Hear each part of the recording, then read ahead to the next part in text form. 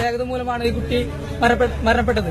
അതിന് ഭാഗമായിട്ട് ഈ സ്കൂളിലെ മാനേജ്മെന്റും PTയും യാതൊരു വിധത്തിലുള്ള നിലപാടുകൾ എടുത്തിട്ടില്ല. അതിൽ പ്രതിഷേധിച്ചുകൊണ്ടാണ് SFI ഇന്നിങ്ങനെ ഒരു സൂചനാ സമരം ഇതിലെ പോകുന്ന ബസ്സുകളെ തടഞ്ഞു നിർത്തി ഈ ലഘുലേഖ വിതരണം ചെയ്തിരിക്കുന്നത്. പ്രതികരിക്കാൻ ഞങ്ങൾക്കൊരു അവസരം തരാം. അതില്ല. ഇതിൽ കൂടുതൽ അനുശോചനം അർപ്പിക്കുക, അല്ലെങ്കിൽ എന്തെങ്കിലും ഫയൽ, എന്തെങ്കിലും കേസ് ഫയൽ, ഇത് മാത്രമേ ഉള്ളൂ അവരുടെ ഭാഗത്തുനിന്ന് ഒരു ഇത്. അനുശോചനം അർപ്പിച്ചതുകൊണ്ട് എന്തെങ്കിലും ന്യായം കിട്ടും. ഞങ്ങൾ ഇറങ്ങി പ്രതികരിച്ചാലേ ആൾക്കാരെ അറിയെങ്കിലും ചെയ്യുള്ളൂ.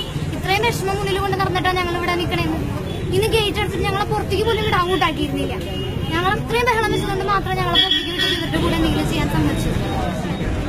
പ്ലസ് ടു വിദ്യാർത്ഥിനി അരുണിമയുടെ മരണവുമായി ബന്ധപ്പെട്ടു ഇന്ന് കോമൺ PTA കൂടി